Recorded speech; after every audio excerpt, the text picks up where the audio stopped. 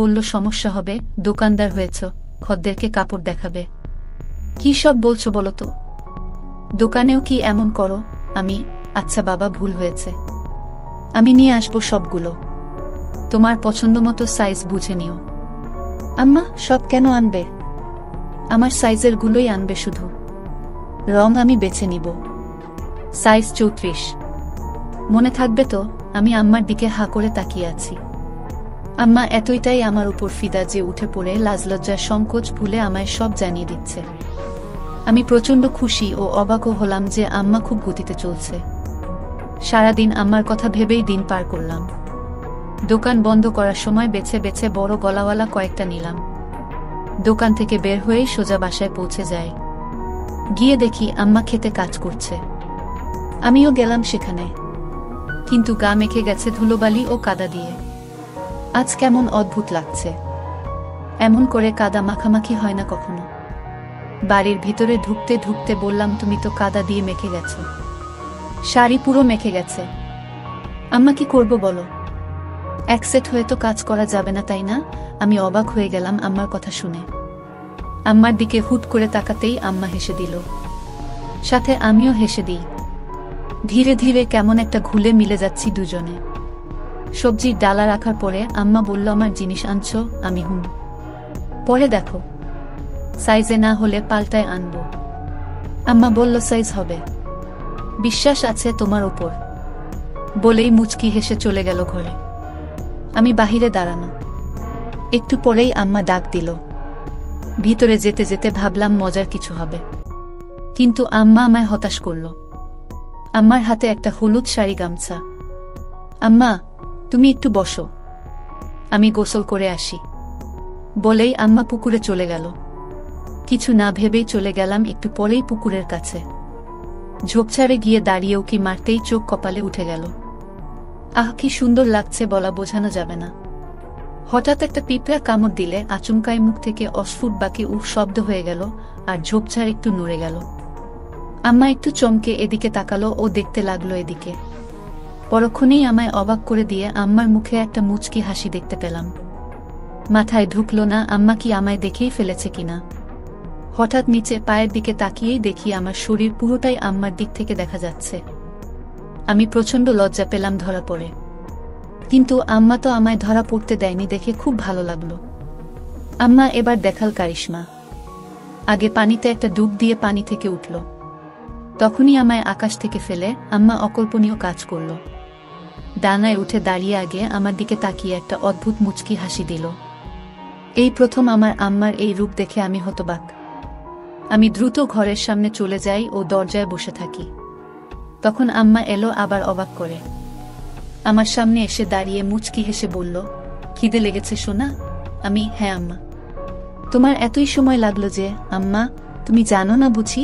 আমি ভ্যাবলার মতো তাকিয়েই আছি আম্মার চোখে। দুজনই একটু আগের বিষয়টা জানি, কিন্তু কেউ স্বীকার করে এগোতে পারছি না। সময় নিচ্ছি, কিন্তু আম্মার এক ধাপ এগোনো হয়ে গেছে।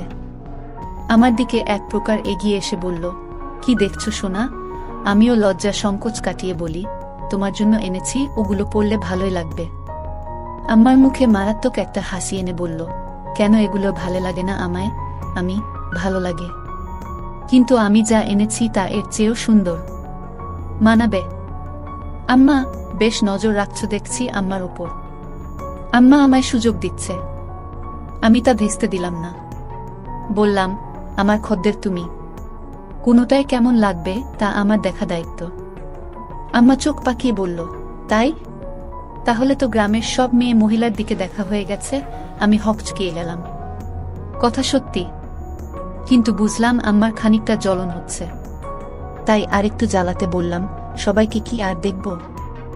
যার জন্য সাধারণ ভাবনায় যা দেখা লাগে তাই দেখি। টাকা দেয় ভালো জিনিস দিতে, বুঝে শুনে ভালোটাই দিই। আমিও কি সবার কাতারে পড়ি?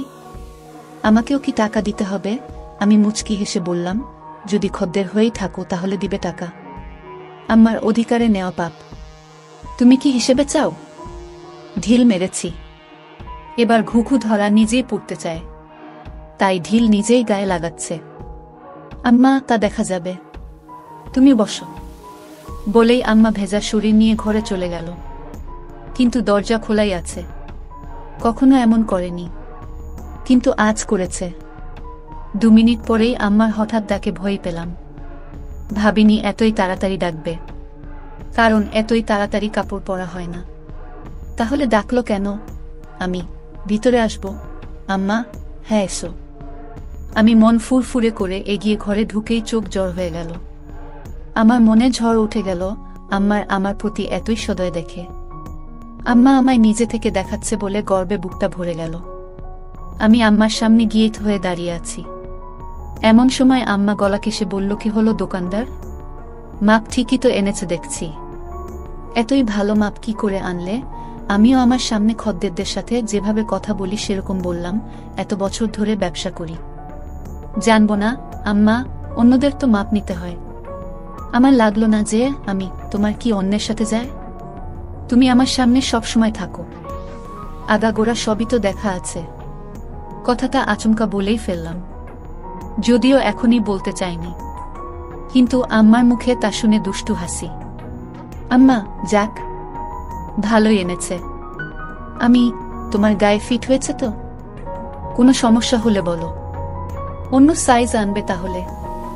আম্মা, একদম ঠিক আছে, কিন্তু একটা জিনিস বলা দরকার। আমি কি? বলো বলো।